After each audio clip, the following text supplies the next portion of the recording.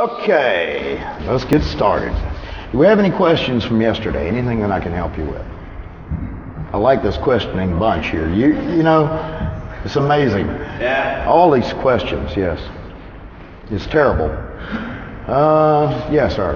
About that technique you did yesterday, that no touch.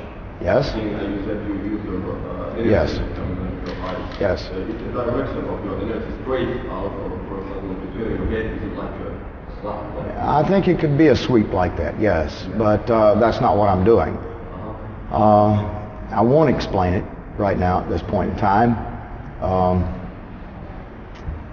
Actually, it's also all these things that you're seeing. A lot of these things that you're seeing is research and experimentation that we've been doing. We're not. People look at us in seminars and in class, and they don't realize a lot of times the things we do when we're not at class, or we're not teaching a seminar. You know, we're always thinking about this thing. The thing that I did just a few minutes ago, I was sitting over there, and all of a sudden, light came on. Why? I had seen a videotape that I have at home of an Oriental guy who was doing that. And I'm looking at the videotape at home going, how in the hell is he doing that? It made no sense to me. I come here to Finland. Tony shows me a couple of things that he's doing. I put that together with that and went, I can do that. You remember what I said yesterday, that karate now is 90% mental, 10% physical. It is. This is the part that they weren't telling. This is the part that the myths were made of, the legends, the stories that you all heard, that we've all heard throughout the martial arts, and we couldn't find anyone who could teach it. I got fortunate, and in 1985 I got a letter from George Dillman. And in this letter, it said, I want to teach you pressure points. Well, I had been doing pressure points all my life, but I wasn't doing them that way. I forget exactly what the letter said, but it was basically, I want to teach you this stuff. And I knew who he was from years ago when he was United States karate champion, and he was like for 4 years. And he was in Ripley's Believe It or Not. He was on a lot of national television shows, so I knew who he was. And I had a little tiny school, and we pretty much stayed to ourselves, and I really couldn't afford to have this guy in. But somehow, I would have normally thrown the letter away. But some way, every time I walked in my office, that letter was back in my hands and I was reading it again. And it just didn't make sense to me why that happened. Every time I walked in the office, that letter was back in my hands and I was reading it again. Whether I wanted to or not, it just happened. So finally I called him. And he said, you know your knife hand block? I went, well, yeah. He said, not a block at all. I knock people out with that. I'm going, okay. I can deal with that. And he goes, there's no blocks in kata. And I'm thinking at that time, 2, 3, 4, 5, 6. What do you mean there's no blocks in kata? He says there's no blocks in kata. And then he says, you've heard of people that can knock people out with their fingertips? I said, yeah, I've heard of them, but I've never seen one. He says, well, I can do it. And I'm thinking to myself, well, boy, have I got a Lulu on the phone here. You know, this guy must be some kind of nutcase. But then he said something that got my attention. He said, I'll tell you what. He said, I'm coming to Florida anyway. He said, I got to pass right by your school. And he told me what his fee was, and I about had a stroke. I mean, it was up there. So, and I knew I couldn't afford that. He said, but I got to pass by anyway. He says, I will stop and I will do a seminar for you. I will show you what I'm doing. He said, and I'll take whatever comes in. Win-win situation, right? Can't lose. So I said, okay, let's do it. I walked out in my school at that time, and I told my students what I'm telling you now. And I said, look, I said, if this guy doesn't have anything, we've had a big name in the karate school for a seminar. We're no worse off. But if he has what I think he might have, then we're not going to turn him loose. Well, that was in 1985. I'm still studying with George. George is probably one of the deadliest men in the world. It has changed my karate very, very much. It has done nothing but make it better through an understanding of this. And as we grow in this art, because we've had to do a lot of research, a lot of experimentation with people, and you have to be very careful when you do this, because this is a deadly art. So you have to be very, very careful, and you have to have concern for the people that you work with, that you don't do anything that's really damaging to them. As you get better with that, you also get better with the ability to actually kill them, because your understanding becomes more. Immediately what happens is you start learning the points, and your hands just go, after a little while, just start going to them like little magnets. They just suck right to them. And that to me was amazing, that would happen. Now I cannot touch people that I'm not on pressure points. I just can't do it. Every time I do it, my hands just go right there. I'm there. So this art is not hard to do. People complicate it. Everybody, that's the first thing they want to do, is complicate it.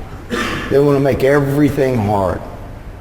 But that's the simplicity. It is so simple that people can't believe it's that simple.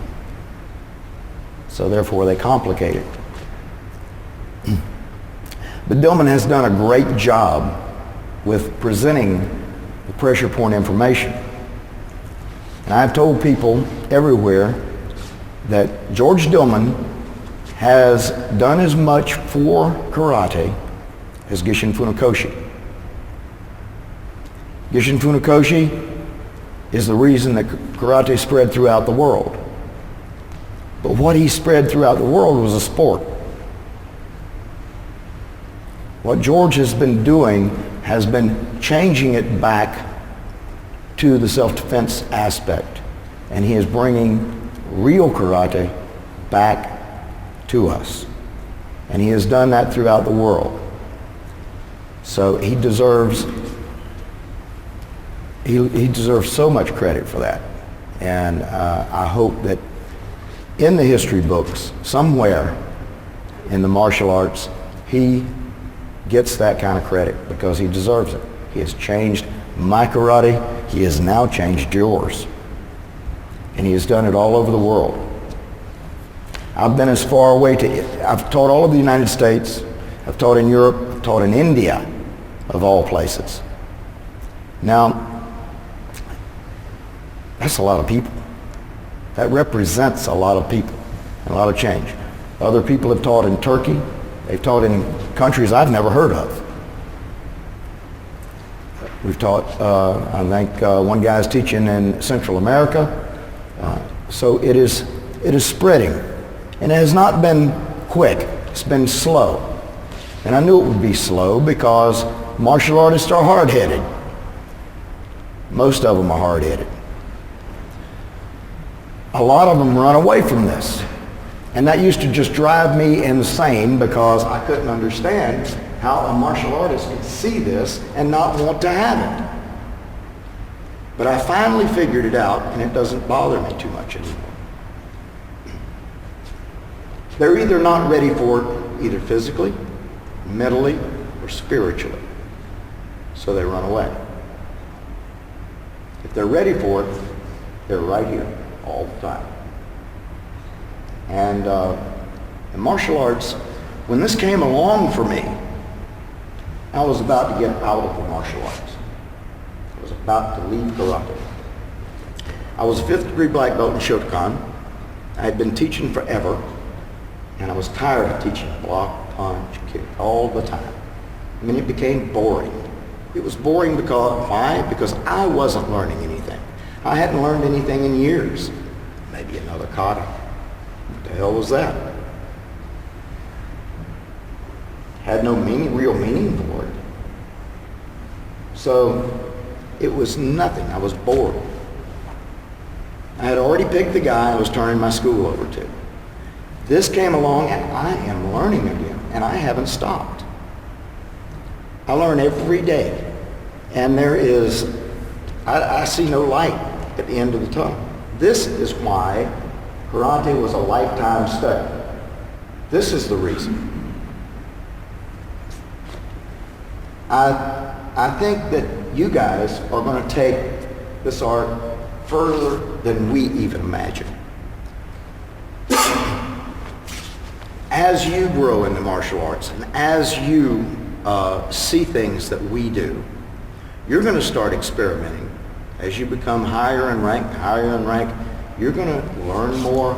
You have the benefit of our mistakes. Our job as an instructor is to keep you from making the same mistakes we made. That's one of the reasons that I tell people, don't complicate it. Keep it simple. Because I made those mistakes. I confused myself so bad in the early days, I didn't know which end was up. But finally, I stopped doing that. And I try to warn people, don't try to learn all this at one time. You learn it a little at a time. You grow with it. And as you grow with it, you will get better. As you get better, you will have other ideas about, hey, I could do that, or I could do this. And you'll be doing stuff that I don't do. You'll be doing things that Tony doesn't do. You'll be doing things that we're going, wow, that's great. Of course, we're the ones that are starting. You're coming behind us. You have the benefit of all that information that we've cleaned out, and now you can start from there rather than where we had to start. So I look for really you folks to make a big difference as you grow in the arts. Anyway, let's go to work. Let's do something. Tired of hearing me run my mouth. So somebody, let me pick one. Somebody that hasn't been up here. Come on down. Way in the back here. This is a technique, just a quick little one that I kind of like. Guy grabs you, you reach over, you get this point on the wrist here that we talked about yesterday, the first one. Notice my little fingers on that. Why? Because remember I said it stops the energy from getting to the wrist. Once you do this, now Wally J taught me this, and I thought it was great because you get to show the guy a lot of respect. You know? And so when you're here, you simply bring this over like this, keep it pinned to your chest and bow to it. And when you bow to it, that happens. Now small circle jiu-jitsu is a small circle, a tightening circle this way. We talked yesterday about the base. You're using your chest as the base. I'll do it easier. As I turn up, a lot of times you have a strong man, you can't just peel his hand back like that. So you have to use a little body English on him. There's a hole right here I'm trying to move out of. So I'm going to move out of that hole.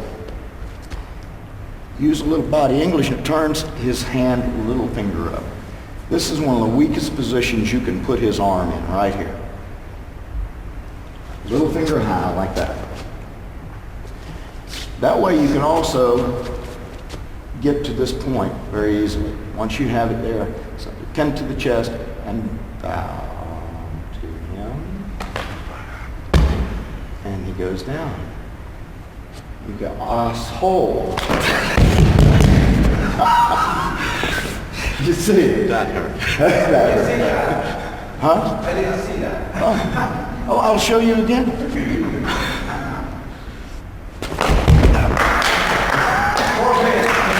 All right, so I want everyone to get themselves a partner and try that. Just please be careful with it. You can't damage your wrist, okay? Be careful. And then we will expand on that. All right, we're going to build off of this a little bit. He grabs, all right, now I want to be a little bit meaner, okay? So what I do is I reach up here. You remember the point that I told you about the legs right here? Touch that. Now once I touch that and I step inside, I step forward.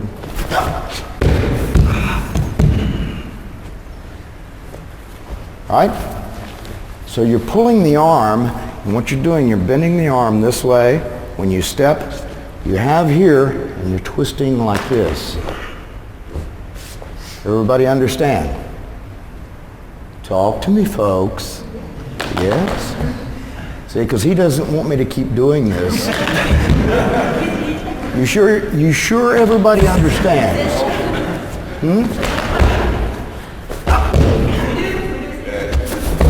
Now what if I did this and I shifted into stance and looked?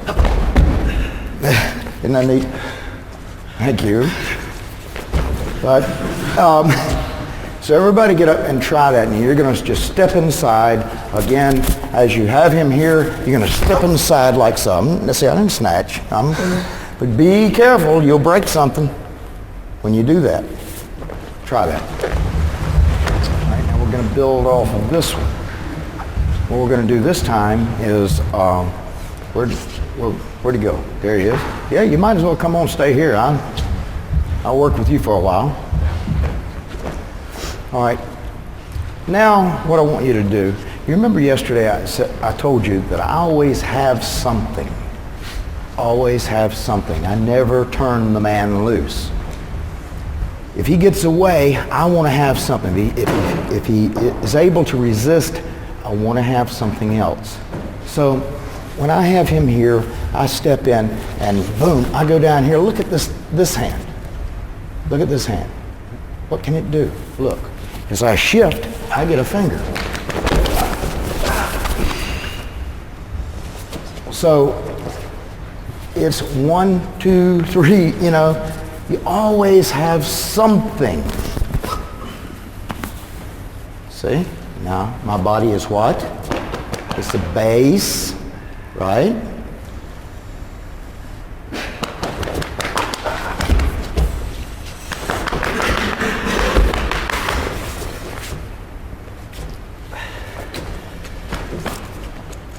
Would anybody like this man? You can have him. Come here. Come here. Come here, Red.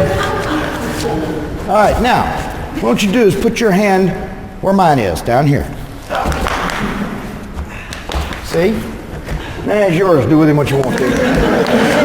Friendly one. Okay. But you see, it's very easy to do, but you just have something else in reserve. Okay? So let's go from there. And then I'll show you, we'll build on that. Okay? Nice. Everybody get up. Slide the hand in, get the finger. This particular thing is something that Wally J does very, very well. Now Wally is 85 years old. He was one of Bruce Lee's teachers. And he is an amazing old man. He's one of the sweetest guys that you'd ever meet anywhere. He was born in Hawaii. And I know that most of you probably don't know how they are But they're just kind of a laid back, nice, sweet attitude. Him and his wife both. She's Hawaiian, he's Chinese. And they're just such nice people. But his control of people is amazing. At 85 years old, if that old man grabs you like this, you feel the power. Now you feel my power. That's nothing in comparison to what that old man can do. I was at his house one day and he was sick. He's been sick for a few years now because he had open heart surgery at 80. Kills younger men, but he's still going. But he really was feeling bad that day. But of course, he has to grab my finger. You know, that's just, you wouldn't be at Wally J's if he didn't do that. And he grabbed me, and it was like, you just feel the power. And I always thought this thing that he does,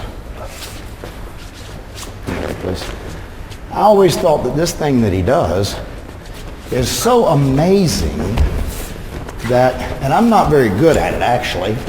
He could get over here, see. We can drag him by the finger. But it's so neat how he does that, and you just can't get away from him. I don't care who you are. Get over here. You keep going off the mat on me. Get over here. Go ahead. You can even get a finger. You can get this joint. You know, you can still do it. Doesn't matter. You can get this joint. Doesn't matter. See, he's still hating life. You get that joint, even worse, because you've got more of a lever. Remember? Now, each joint has 4 pressure points. 1, 2, 3, 4. Remember what Tony was telling you about the knees? 4 pressure points surround the knees. You attack them across. You can use these points to do neat things. Here. But I like to use this one here sometimes because I see the reactions I get. But if the man tries to take his hand away from you, oh no, come here, I'm not hanging on. If he tries to take his hand this way, you can change points like that, you see. You can get the opposite point. See where my little finger is? So you can control him. You're going from point to point so easily, and he can't do anything. But I like the palm stuff because it's, you know, I can just kind of put him in my pocket and walk off. Come back over here. This is not self-defense, okay? It's demonstration of how it works.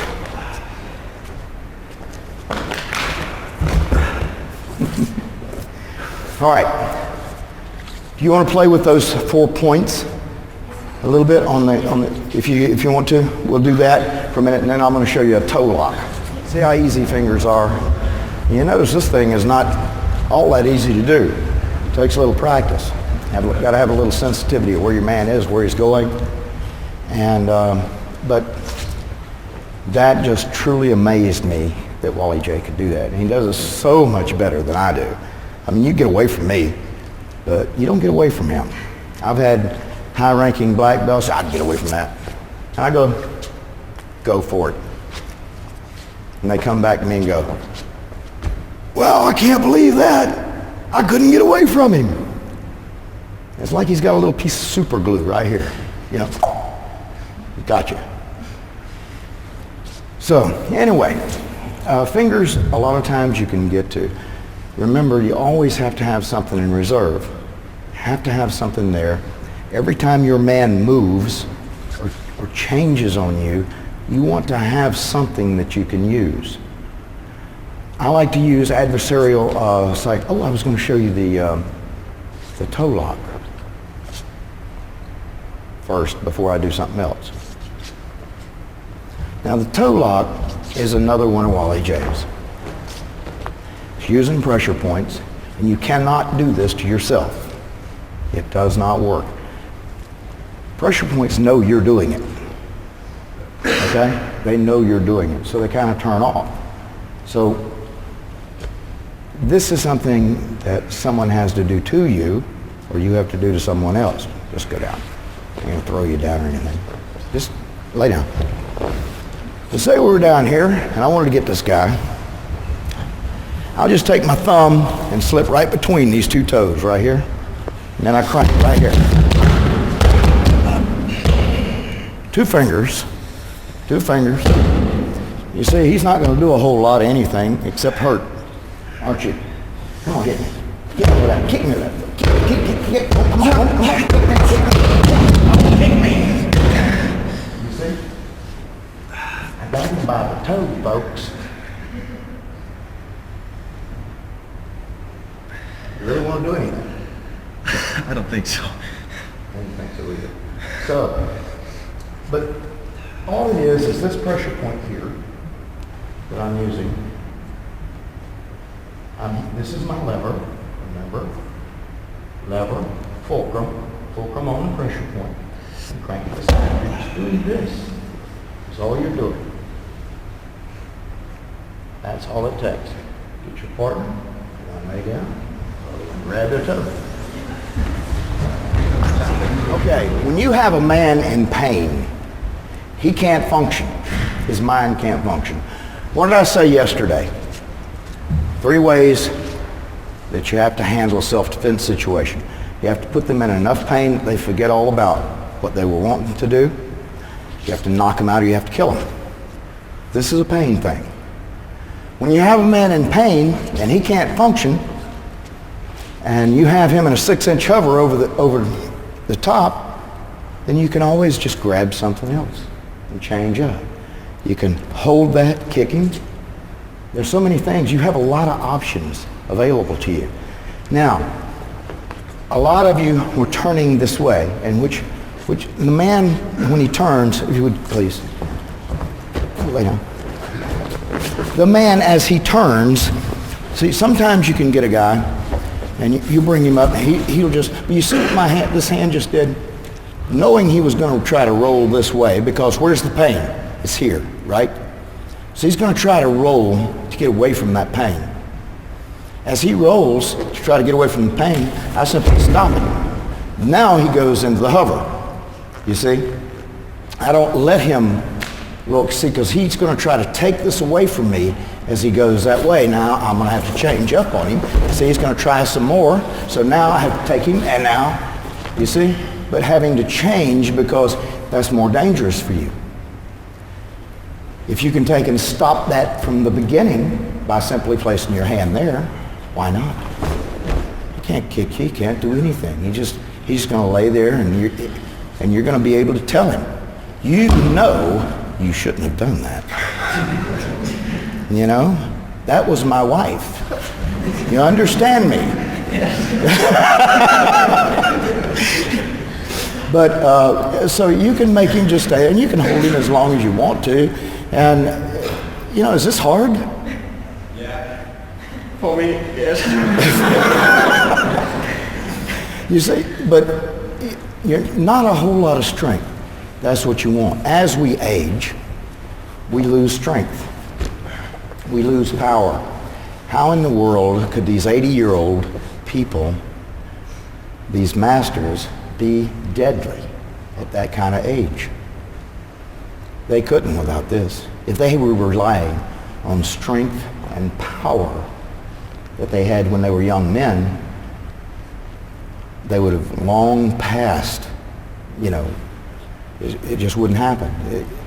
I don't know an 80-year-old man that could be considered deadly if he didn't have a pistol in his pocket or this. So with these little techniques, they don't require any strength. So it's real important that you learn those. As we age, us old guys, don't go away. We don't have the strength and the stamina that we once had. The marathon fights for me are over, so I want it over quick. We're going to go back to the first one we started working with here. And the guy's here, you bring him here, you pull him in, but he's not dropping like you want him to. Oops. What are we going to do now? What did Tony say earlier? Got him again. Oh, no, you're not. Yeah, that was my daughter, too. And my dog.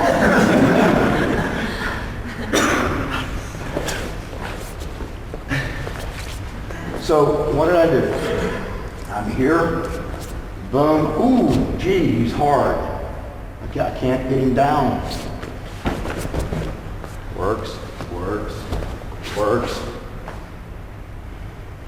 Change up. Lead him over here. Would you like to hit me? I'll even get closer. Come on. You can't do any better than that. Gee, you're a big guy and you're younger than me. What the hell's wrong with you? Come on. Ready? Oh, no. You say, it's called pain. It's called pain. And Molly J says pain makes believers. Correct? All right. All right, I want you to get your partner. I want you to try that a few times. I always enjoyed the small circle stuff because it blends right in with the pressure point work. Everything that we do with the small circle, the tuite is small circle jiu-jitsu, the same thing. So everything we do with that blends right in with the pressure point strikes. You control your man. You know where he's going to be. You hit him again. Everybody understand? The first one.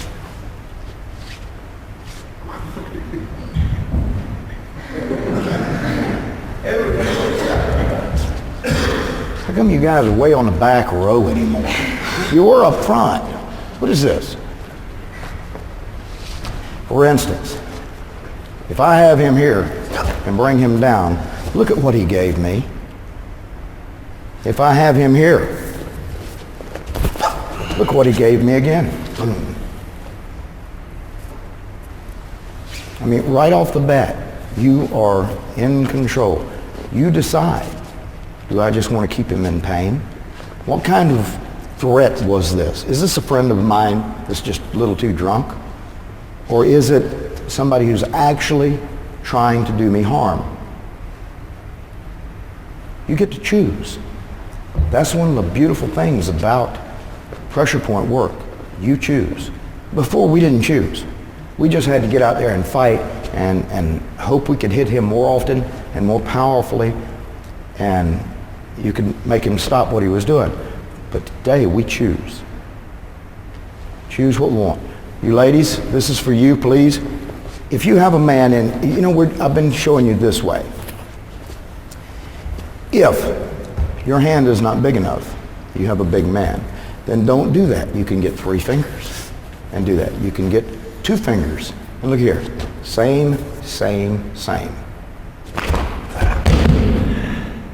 See?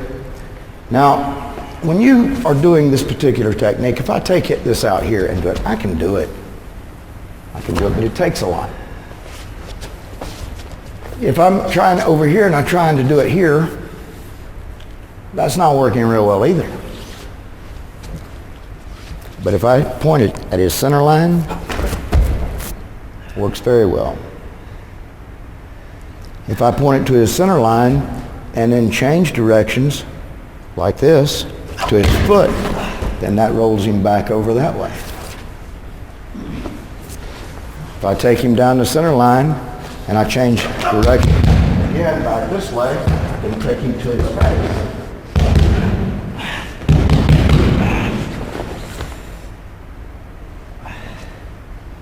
So you choose what you want to do.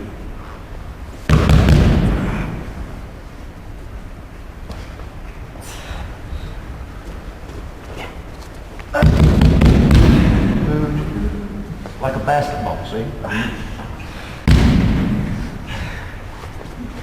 Okay. As you choose, like a two-finger lock. Now, wherever you get a two-finger lock, look at the positioning he's in. Look at my position. Does anybody recognize this? I have him here. And I bring him here. Look at the direction. Doesn't it look like that? Now he's a lot taller than him, so I have to reach a little higher. But as I tap here and here, toast into fight. Little things like that mean so much.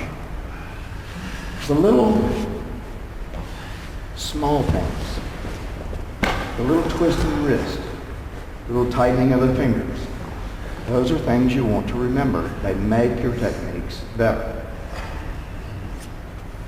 If you try to make the big circles with this stuff, it takes too much room to use. Aikido, for one thing, is a large circle art. It's very nice. It's a very nice art. But it takes a lot of room to use that. What a small circle does, tuite, is give you the ability to do this in a very tight environment. You could almost do this in a phone booth. I teach a lot of correctional officers, jail guards, in Central Florida, and they love it because those cells are very small. They have beds on them. They don't have a lot of room to work. And with the small circle and the pressure points, they can control prisoners without hurting them as bad. They are in control. They don't need a big area to fight in, and they can do it right there. I always want my person here. I won't use you anymore. Go right now. Okay? I like that one. Give him a hand, please. So the small circle, remember, is just this. That's all. Wally has him doing this. And then he changed to where he was doing this with the wrists. Okay? This is the small circle. Because if I have something and I do that same move, you see, he goes down. Everything we do with this technique. If I'm going to choke him, for instance, if I have him here and I want to choke him, all right, a lot of people just grab. I don't. I grab here and then put the small circle into it, and you see what penetrates. George Dillman, when I first met Wally J., said two things. He said, first of all, he says, I want him, tell Wally to be sure to show you the choke. And he said, make sure he shows you the pretzel. And I said, okay. So we're sitting in McDonald's, drinking a Coke, me and Mrs. J, and Professor J, and we're sitting there, we're talking. We're sitting there talking, and I said, by the way, George said for me to ask you to show me the choke. Right in McDonald's. You know, I'm going, people going, what the hell's that old man doing? You know? He's killing a young man, that's what he's doing. But then the pretzel came later.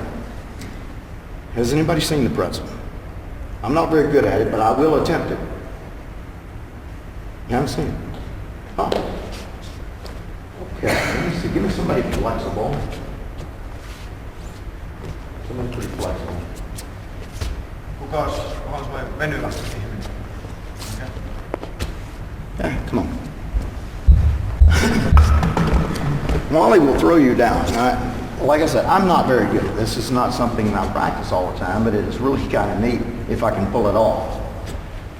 Wally throws them down, go, yeah. Then he'll take them, and he'll cross their arms this way. Okay? Now, the reason I wanted somebody flexible is because when you bring this across this arm right here, look at the pressure point it's on. okay? And I didn't want it to cause pain. But here, as we go this way, he takes him this way, he comes through here, he will take this, give me that. Damn it. I told you I wasn't very good at it, but when we get him, he's kind of like this. And you have it. Pretzel hole. This is called.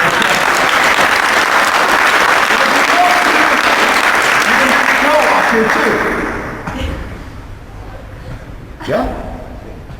When you turn him loose, it takes him a second to figure out where he's at, so you got to pull him. Thank you. Like I say, Wally can put you in that like that. So that's the pretzel. Do we have any questions?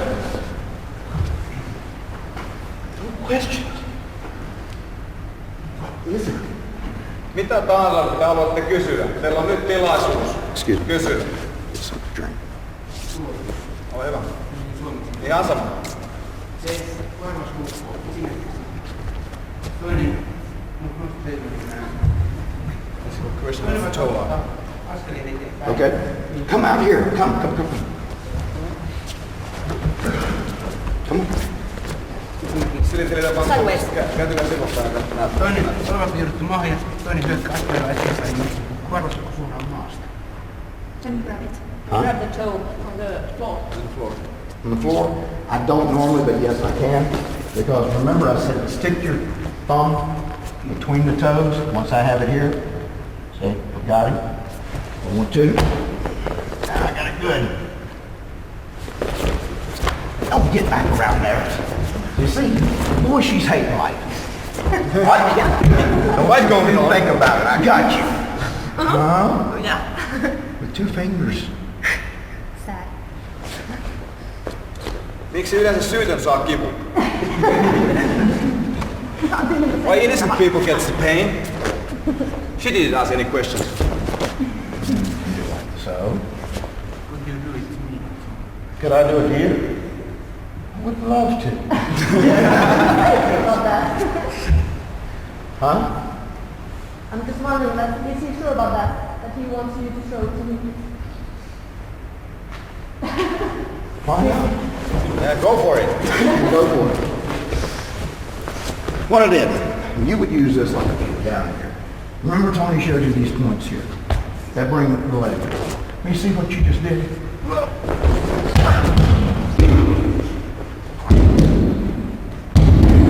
Now, can I do it to you? Yes. Everybody's.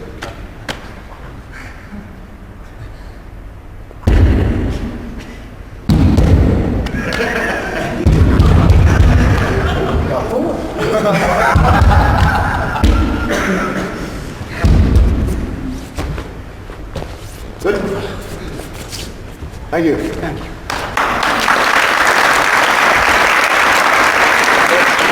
You have to let your energy go.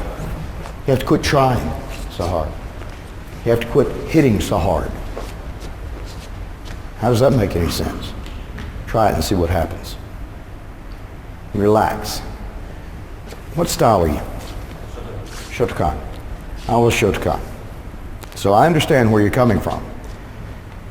Everything that we did was very linear and very powerful. And it took me a while to retrain to where I was more circular. You know, and sometimes you'll see me still linear, but to train myself to relax, be more circular, all the tension that we had or were trained in Shotokan stopped our energy flow. And as I have learned to relax and learn to use more circular movements, more relaxed movements, my energy now just blasts right out. And it's not hard to do. When you have to retrain yourself, anytime you have to retrain something, it's hard. When you've been doing it for 20 years one way, it's very hard to change to another way. But if you do, it will be worthwhile. Remember this, Gishin Funakoshi was not Japanese. Shotokan is what he taught the Japanese. Have you ever read Karate Do, My Way of Life? All right, if you read that book, you realize that the Okinawans did not like the Japanese. So when Funakoshi went to Japan, he went into hostile territory, you might say. He became friends with a gentleman by the name of Kano that created judo from jiu-jitsu. And Funakoshi saw what Master Kano was doing, and he said, well, that's a great idea for karate. He said, I'll adopt this color belt system. He was the first karate master to use the color belt system. He said, because it would show progression. You know, Master Kano was the inventor of it. Funakoshi was the first instructor to use it in karate. And when he went to Japan, remember, he was going to hostile territory. If you knew something really, really good that might save your butt, would you really teach it to your enemy? What would you teach them?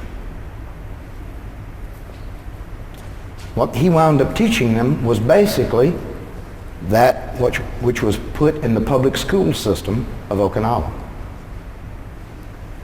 in 1905. And that was done and overseen by Itosu, who was one of his instructors. He took the Pinan katas and he changed them, called them Heian. He reversed the first two because the first one was easier, the second one was easier to learn than the second one.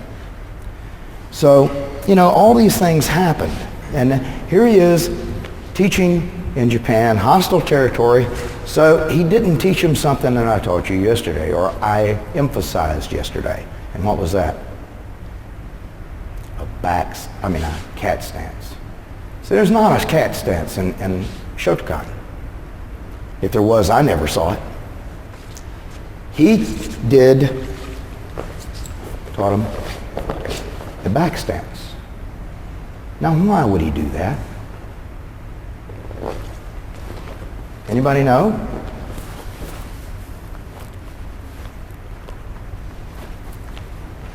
Nobody knows?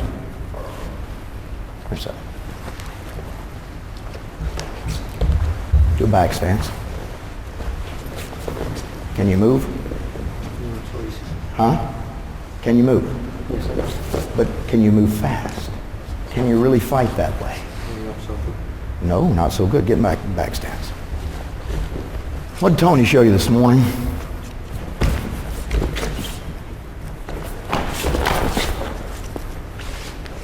The back stance opens up all the leg points to attack. If I was in hostile territory, I'd take that cat stance that's important and I would make it this. So I could get to anybody that gave me any problems. He was ready. Funakoshi knew pressure won't work. I've seen too many pictures of him doing it.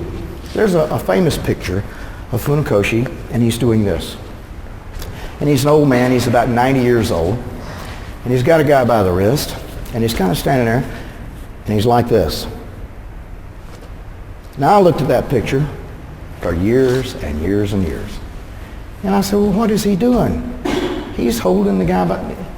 Nothing in Shotokan shows to grab. Nothing. And he's using this. Well, today I know what he was doing. I'll show you. It's not a big problem. But he was about to knock this guy 2 days back into time. What he was doing is he had by the wrist, he had this knuckle out. This knuckle is for up energy, to send energy up. What's the point I showed you yesterday? Right there. I've got him by the wrist. I shove that in there. He's done. Funakoshi. I've seen other pictures of him He didn't punch with a full twist punch either. There's another picture of Funakoshi punching a Makiara. This way, the way we punch. Remember, he figured he would start a sport just like Master Kano did, and he did a great job. He spread it throughout the world. Now, we were under the impression that it was a self-defense art. Well, the things that were really important were taken out. We believe that he put some things in there so that he could get to anybody that gave him any problems easily, like the back stance. Did you actually learn a cat stance as part of Shotokan? Yes. It's unusual. Most don't. Most don't. Because, it just wasn't there. And when I was studying Shotokan, I saw big holes in it. I saw big holes in the art as far as a self-defense system. That's what I was always interested in, is self-defense. I tried to plug that hole with jiu-jitsu. I caught a lot of hell from the Shotokan community about doing that, but I felt it was a safer thing for my students. My concern was not tournaments like everybody else's, but outside the dojo. So I mixed the jiu-jitsu with it, and I had no idea at that time, but I was actually taking it back to tradition. Funakoshi said in another one of his books that the karate he did as a child in Okinawa should not even be spoken of at the same time with the karate as practiced today. That was his words. In another one of his books, he said that what he's teaching is incomplete, and that he hoped instructors in the future would carry on and progress on what he had taught. So, he was telling us, but he wasn't telling us. He told us it was there. He didn't tell us how to do it. Even in the back of the Karate Do Kohan, what is there? There's a set of his notes. It says this point will do this and this point will do that and all this, but he never tells you how to set it up. I have two Karate Do Kohans. I have one that everybody has, and it has pictures of some skinny guy doing the techniques. I also have the one in Japanese that is actually Funakoshi in the pictures. It was his original Karate Do Kohan. I also have a copy of his first book called Riku Kempo, which is almost impossible to get, but we did get our hands on it. There's information out there, and we just have to keep searching, keep working, keep doing what we can to get that information. And that's what I'm about. That's what Tony's about. We search, we study, we work, and we try to make things better. We don't want to teach you anything that will get you outside there and get you hurt. We test techniques. I don't just say, hey, let's do this. And you go with me, that's wonderful, and boom, I hit you, and you go down. Well, a lot of that happens in the dojo. Everywhere in the world I have been, this is just a simple, for instance, give me a big guy, big strong guy.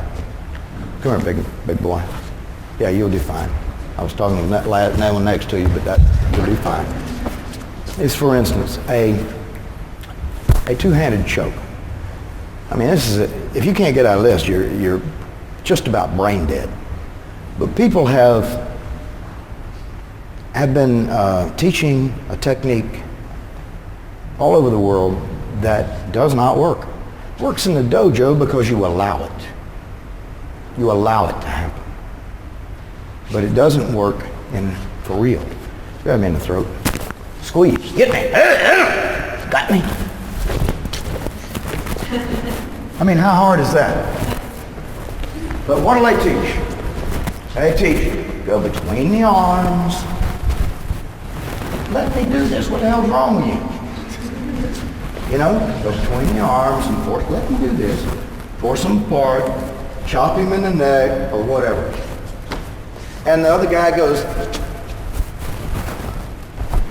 well, folks, if you try that for real, it is not going to work. I can take the littlest person here, and I cannot force their arms apart, especially if they have hold of me. His arms are out like this.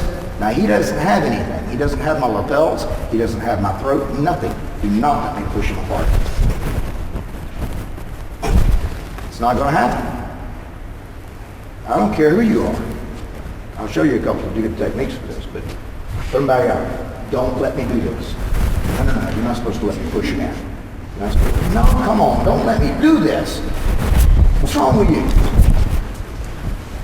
Get me hard.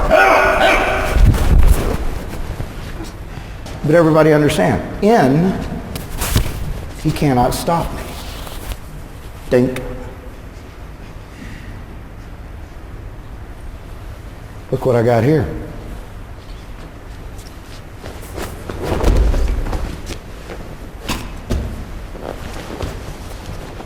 You see?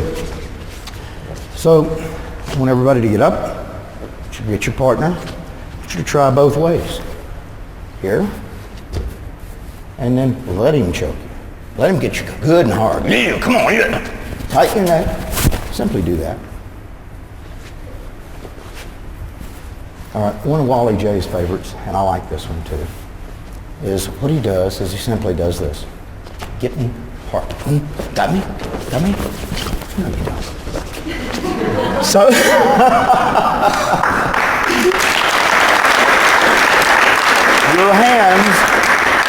your hands normally cannot wrap around a man's neck like this. The fingers are like this. They just slide right off, no problem. You just grab by the wrists. Grab by the wrist here. You push that way as you step backwards. Squeeze. Come on. You choke better than that. Come on. Come on, choke me.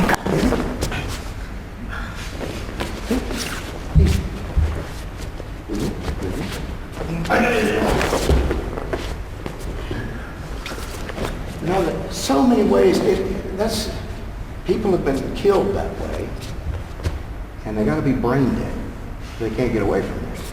Here's another one of Wally's. I love this one. You're gonna love it. Come here. You're gonna choke me now. I'm up against the wall. My God. Got me pushed. All right. Now this did not work as planned, but this is okay. The way what I wanted it to do is when I took him this way, like this, and then pin him to the wall this way. Wally did this to me one time and just kind of stood there and talked to the crowd, and I'm going, gee, I can't get off the wall. I'm stuck.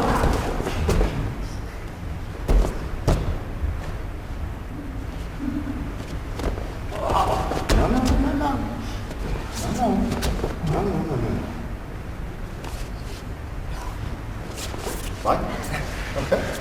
So anyway, you can practice. One more that I wanted to show you. I'll beg more time, just a few more seconds, to show you this one. It's another one against the wall from a choke. Okay? Now most guys don't have a whole lot of hair here, which I would grab the hair normally when I do this, but I'm not going to do it that way. I guess, since I have people with hair. Give me somebody. Here. Anybody? Okay, let's see. Joku vapaaehtoinen. Oh, the killer again. All right. You got me by the throat, you're pushing me in the wall. Okay? I need to talk right now. All right, you're pushing me this way. So I don't have a lot of room to do anything.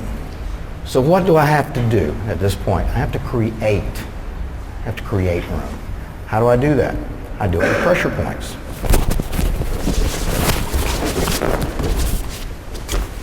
Oh no. But what I'm doing here is primarily this movement out of kata is where it came from. So we're going to do this very, very slowly. If you would, please. Okay. Here you are.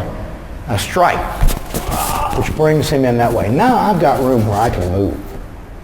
I grab the hair or grab the ear. It doesn't matter which. As I turn, now I've got him. Okay, now we can go into whatever we want to. Just a technique that you want to think about as, you know, while you're training, you know, it's a movement out of kata. Why in the world would anybody do a 270-degree turn? That's one of my explanations for it. Now, what, Tony? Just grinning. But anyway, this is much fun, isn't it? Don't even think it. He's trying to slip away here, so we're just going to change up on him, and we'll get these. As we work, you have to think. You have to always keep your man at a disadvantage. Do not let him get control. If you let him get control, you see he sneaks out or hits you. See? If I let him out of pain, he tries to come back up rather than staying there. But you need techniques that you can keep the pain on. You can keep the pain on, and you can even increase the pain. And that keeps your man from doing anything to you. Now, as you do that, if you decide that you want to do anything else, if you need to, then you can. You have him in a vulnerable position. Look at my hands. Look where they're at. Want to fight some more?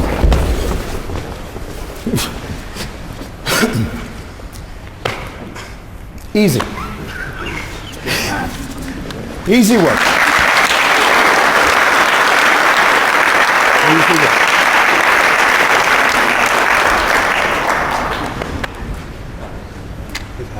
He's happy? Yeah.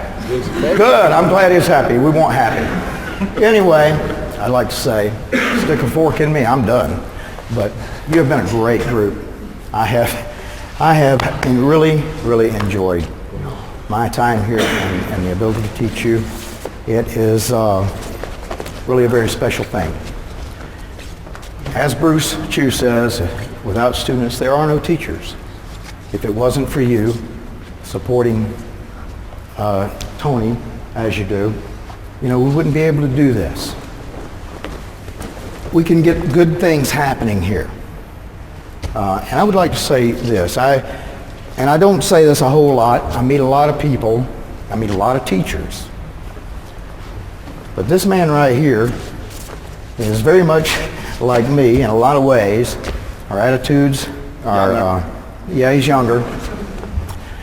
But he has done some things that are actually amazing with the little bit of support that he has here. He has studied, he has worked, he has busted his butt to become the best that he can be. And he has done one hell of a job. And I'd like to say to you, as I've said to him, there is nobody in DKI, nobody in the world, any better than this man right here. He has been doing a fantastic job. And Tony, I'm telling you, man, you have done a great job. Thank you very much, too. Thank him, please. He's the man.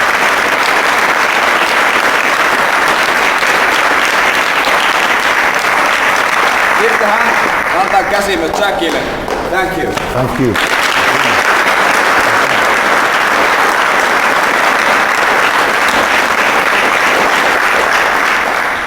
Mä käytän Go-Bader Sapper 2-1 tuolta olkapäästä. Jes säästä.